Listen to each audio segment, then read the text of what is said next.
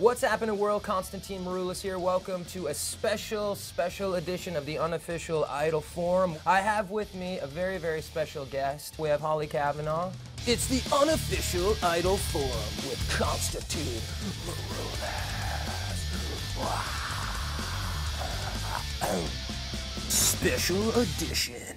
Yo, what's happening? Hey. Welcome to New York. Thank you. How's it going? Good. Long days. I know. But it's good. It's fun. It's crazy, you know, people forget that, you know, some of you are so young and then they work you to the bone. They really do. And then boom, you're kicked off and then you're out in the world. No, but I'm glad you can come by for a few minutes and hang out with us. So first off here we have @JoyLear. Did Hollie think not being shown on TV until the top 24 reveal episode would help or hurt her chances of getting through? I don't know. At the beginning I was kind of like, oh, why aren't they showing me? Like my friends are like, are you sure you tried out this year? And I was like, no, I promise I did. And Liar. then, I know. It was kind of good in a sense because, you know, they were showing a lot of the same people over. It was kind of good for me because I kind of like popped down. People were like, oh, like who's this? We haven't, you know, so it was kind of a good thing and kind of like, you know, kind of in the middle. Yeah, I think it can work both ways, Yeah, definitely. yeah. And you showed so beautifully on the show, so it doesn't matter. Thank And you. you got to the top 4, so come on. All right, next up we have my good buddy Julie Wetzels, @JulieWetzels. If Hollie was still living in England, would she have tried out for maybe one of the other vocal competitions, such as X Factor?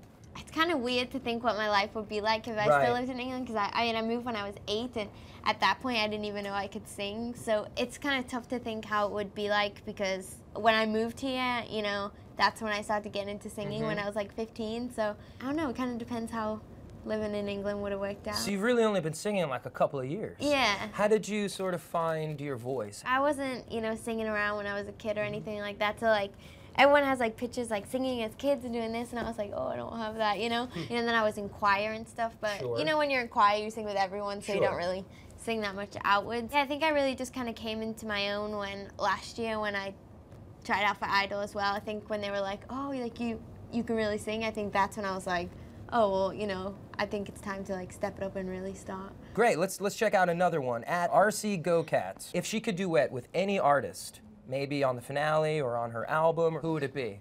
I would love to do it with Mariah Carey. Mariah Carey. Yeah, she's been my inspiration for a long time, so I don't know what we would sing because their songs are just ridiculously good. They're hard. But, you like to take on those big songs. I do, yeah. You're like a big vocal diva. Yeah, so I think I'd faint probably before I even met her, like just thinking she was in the same room as me, but you know. Cool. Nah, I think that would work out pretty well. So @RoseXHeart, what songs were Hollie's first choice before she chose Faithfully and I Can't Make You Love Me, and why did you change your mind? I was gonna sing You'll Never Walk Alone or I Can't Make You Love Me, but I mean, I remember walking in and they were telling Jimmy that I was gonna sing that, and he just started laughing, like, of how bad of an idea it was. And I think that song means a lot to me because of where I was born. That's like a big song, but I was worried that it wouldn't come across the way I wanted it to. So I was just kind of nervous and, you know, singing a song that maybe people didn't know and only I felt the meaning. So how did you find I Can't Make You Love Me? I just love that song. I think it's a beautiful song. It has beautiful lyrics. It really does. And I mean, I don't have any regrets singing it.